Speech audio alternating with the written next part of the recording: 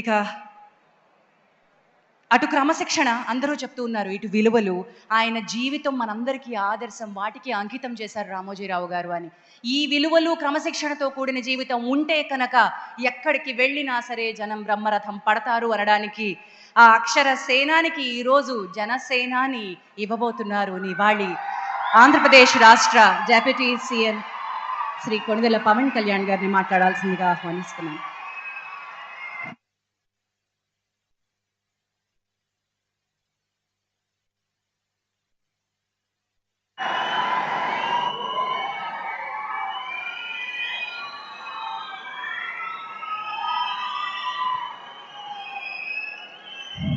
వేదిక పైన గౌరవ ముఖ్యమంత్రి శ్రీ నారా చంద్రబాబు నాయుడు గారికి, బొఫర్స్ కుంభకోణాన్ని బయటికి తీసుకొచ్చిన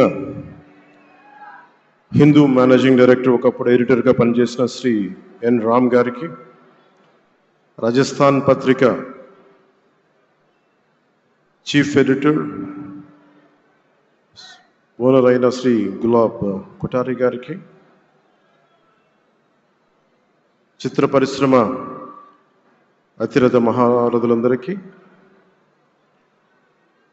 శ్రీ రామోజీరావు గారి కుటుంబ సభ్యులు, వారి అబ్బాయి శ్రీ సుమన్ గారికి, శ్రీమతి శైలజా కిరణ్ గారికి, శ్రీమతి విజయేశ్వరి గారికి, రామోజీరావు గారి మనవలకి మనమనాలకి ప్రత్యేకించిన హృదయపూర్వక నమస్కారాలు. ముఖ్యంగా ఆయనతో పాటు వెన్నంటే ఉన్న ఆయన ఈనాడు పత్రికా కుటుంబానికి, జర్నలిస్ట్ కుటుంబానికి, వారందరికీ కూడా నా ప్రత్యేక హృదయపూర్వక నమస్కారం. రామోజీరావు గారి గురించి అందరూ చెప్పిన దానికంటే కూడా నా పర్స్పెక్టివ్లో, నా అనుభవంలో నేను చూసిన రామోజీరావు గారిని మీ కొద్ది సంఘటనలు పంచుకుంటాను. రామోజీరావు గారు నాకు సినిమాలు ఉన్నా కానీ నాకు పరిచయం లేదు. ముందు ఆయన స్టూడియోస్లో చేసినా కానీ ఫస్ట్ టైం పాలిటిక్స్కి ఎంటర్ అయిన తర్వాత 2008లో ఆ సమయంలో ఆయన కలవటం జరిగింది. ఆయన మాట్లాడిన విధానం చాలా నిక్కచ్చిగా, ప్రజల పక్షపాతాన్ని. ఆయన మాట్లాడుతున్నంతసేపు నాకు మైండ్లో ఒకటే అనిపించింది, మనసులో జర్నలిస్టిక్ వాల్యూస్ని కాపాడటానికే ఆయన ఉన్నారు. ప్రజాక్షేమం, ప్రజా సంక్షేమం, ఈ పర్స్పెక్టివ్లోనే, ఈ కోణంలోనే ఆ చర్చ జరిగింది. నన్ను ఒకే ఒకసారి ఆయన 2019లో ఒక లంచ్కి ఆహ్వానించారు వారి కుటుంబ సభ్యులతోటి. ఆ రోజు ఆయన మాట్లాడింది దేశ పరిస్థితులు, ముఖ్యంగా పత్రికా స్వేచ్ఛ గురించి, పత్రికా రంగం ఎంత కీలకమైంది. ఆయన ఎప్పుడూ కాంప్రమైజ్ అవ్వలేదు. ఒక విషయం చెప్పాలి అంటే అది తనకు తెలిసిన వారు అవ్వచ్చు, తన సన్నిహితులు అవ్వచ్చు, స్నేహితులు అవ్వచ్చు, కుటుంబ సభ్యులు అవ్వచ్చు, జనం కోసం వచ్చేటప్పటికి నిష్పక్షపాతంగా చాలా నిర్దాక్షిణ్యంగా ఉంటుంది ఆయన ఆలోచన పరిధి. అదే ఆయన ఈనాడు పేపర్లో రిఫ్లెక్ట్ అవుతుంది. నేను చాలాసార్లు అనుకునేవాడిని, ఒక వ్యక్తికి ఇంత, ఆయన ఆ రోజు లంచ్ తర్వాత కూర్చున్నప్పుడు ఆయన మాట్లాడుతుంటే ఆయన వేదనని నేను చూశాను. ఆయన నలిగిపోతున్నారు. నిజంగా పత్రికా స్వేచ్ఛ ఎంత అవసరం దేశానికి, ప్రజాస్వామ్యానికి ఎంత కీలకమైంది, అది ఆయన చెప్తుంటే ఆయన ఆవేదన నాకు అర్థమైంది. అలాంటి వ్యక్తి మీద ఎన్ని రకాల ఇబ్బందులు పెట్టారో మనందరికీ తెలుసు.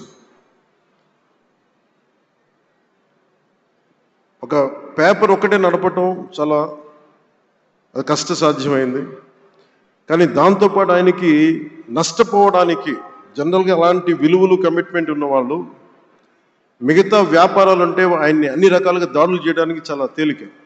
అలాంటి దాడుల్ని తట్టుకుంటూ యాజ్ అ జర్నలిస్ట్ ఆయన అన్కాంప్రమైజింగ్ యాటిట్యూడ్, అన్కాంప్రమైజింగ్ వాలర్, అవన్నీ ఆయన్ని నాకు చూస్తే చాలా చాలా ఆనందం వేస్తుంది. ఆయన ఒకటే చెప్పారు నాకు, your upcoming political leader, I wish you all the best. నీ జీవితంలో నువ్వు కాంప్రమైజ్ అవ్వకు. What ever you believe in, నువ్వు ఏదైతే నమ్ముతావో దాన్ని త్రికరణ శుద్ధిగా చేయని చెప్పి ఆయన చెప్పింది నేను ఈ రోజుకి మర్చిపోలేను.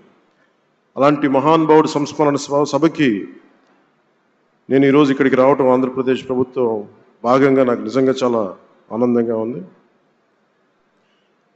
రైట్ టు ఇన్ఫర్మేషన్ యాక్ట్ దారిలో చూస్తూ ఉంటుంది దాకా ఎగ్జిబిషన్లో 2008 రైట్ టు ఇన్ఫర్మేషన్ యాక్ట్లో అంటే ప్రజలకు ప్రతిదీ తెలియాలి, ప్రభుత్వంలో ఏం జరుగుతుంది, ప్రభుత్వం ఏం తీరుతలు ఎలా ఉంది అని. దానికోసం ఆయన అందరినీ కలిపి ఆంధ్రప్రదేశ్లో ప్రత్యేకించి ఉమ్మడి ఆంధ్రప్రదేశ్లో ఆయన ఒక ఉద్యమకర్తగా కూడా వ్యవహరించారు. ఒక ఆర్టీఐ లాంటి థాట్ ప్రాసెస్ ఉండాలి అంటే ఒకటే ఉంటుంది, ఇది ఏమి జరిగినా ప్రజలకి తెలియాలి. ప్రభుత్వంలో ఉన్న రాజకీయ వ్యవస్థ ఏమి చేసినా ప్రజలకి తెలియాలి, వారికి అండగా ఉండాలని చెప్పి ఆయన చేసిన ఈ యజ్ఞం చాలా జటిలమైంది, చాలా కష్టమైంది. పత్రికా రంగంలో విస్తరించిందే కాకుండా సినిమా నిర్మాణ రంగంలో కానీ, స్టూడియోస్ కానీ, హోటలియర్గా కానీ ఇవన్నీ చాలా చేసి ఉండొచ్చు. కానీ ఆయన క్రక్స్ ఆఫ్ రామోజీరావు గారిది మోస్ట్ ఇన్స్పిరేషనల్ జర్నలిస్ట్. ఇందాక కొల్లూరు పార్థసారథి గారు చెప్పిన, ఇందాక అమరావతి నుంచి నాయా ఎమ్మెల్యే గారు మాట్లాడినా కానీ, పార్థసారథి గారు చెప్పినా కానీ ఆయనకి ఖచ్చితంగా ఒక విగ్రహం పెట్టాలని. ఎందుకంటే జర్నలిస్ట్ విలువల్ని కాపాడి ఆయన ఎందుకు ఇన్స్పిరేషన్ అంటే ఎన్ని కష్ట నష్టాలు వచ్చినా, ఒక జర్నలిస్ట్గా ఉండటం వేరు, ఒక పత్రిక అధిపతిగా ఉండి అన్ని ఒడిదుడుకులు ఎదుర్కొని ఆయన కుటుంబాన్నంతా బెదిరించినా కానీ ఏమి చేసినా కానీ జనరల్గా కుటుంబ సభ్యులు కష్టం వస్తే నలిగిపోతాం. కానీ అది కూడా దాటుకొని నేను నా జర్నలిస్ట్ వాల్యూస్ నేను కాంప్రమైజ్ అవ్వను, ఏదైతే జరగనని చెప్పి ఆయన కూర్చోబెట్టి at the cost of his family members also he vent ahead and uphold the journalistic values. వారికి దానికి చాలా చాలా సాహసంగా నాకు చాలా ఆనందం వేసింది. ఆయన ఆఖరిలో ఎలక్షన్ రిజల్ట్స్ వస్తాయి, ఎప్పుడు వస్తాయి వీటన్నిటి అనుకున్న టైంలో నేను ఒకటి అనుకున్నాను, ఆయన ఆరోగ్యం క్షీణిస్తూ ఉంది, బాగుండు, ఆయన ఈ విజయ వార్త వింటారా లేదా అనేది నేను ఒకటి ఆలోచిస్తూ ఉన్నాను.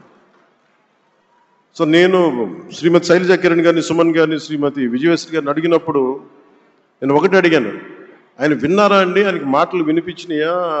అందరు చెప్తాను ఆయన వినిపించట్లేదంటే లేదు, చాలా ఒక 24 గంటలు ఆ విజయాన్ని దశాబ్దన్నర పాటు నలిగి ఆయన్ని నలిగిన తర్వాత ఆయన అలాంటి వ్యక్తి విజయ వార్త వినకపోతే అక్షోభిస్తుందేమో ఆత్మని అనిపించేది. కానీ విజయ వార్త వినే ఆయన పరమదించారు. అందుకు నాకు చాలా ఒక తృప్తినిచ్చింది.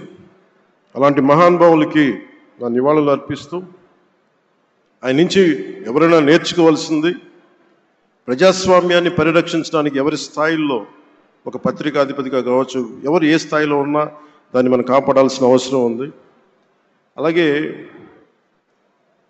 ఆయన జర్నలిస్టిక్ వారసత్వ ప్రవాహం అంటే ఉదాహరణకి ఈనాడు, ఈటీవీ తాలూకు ప్రజెంటేషన్ ఆఫ్ న్యూస్ చాలా న్యూట్రల్గా, అన్బయాస్డ్గా ఉండదు.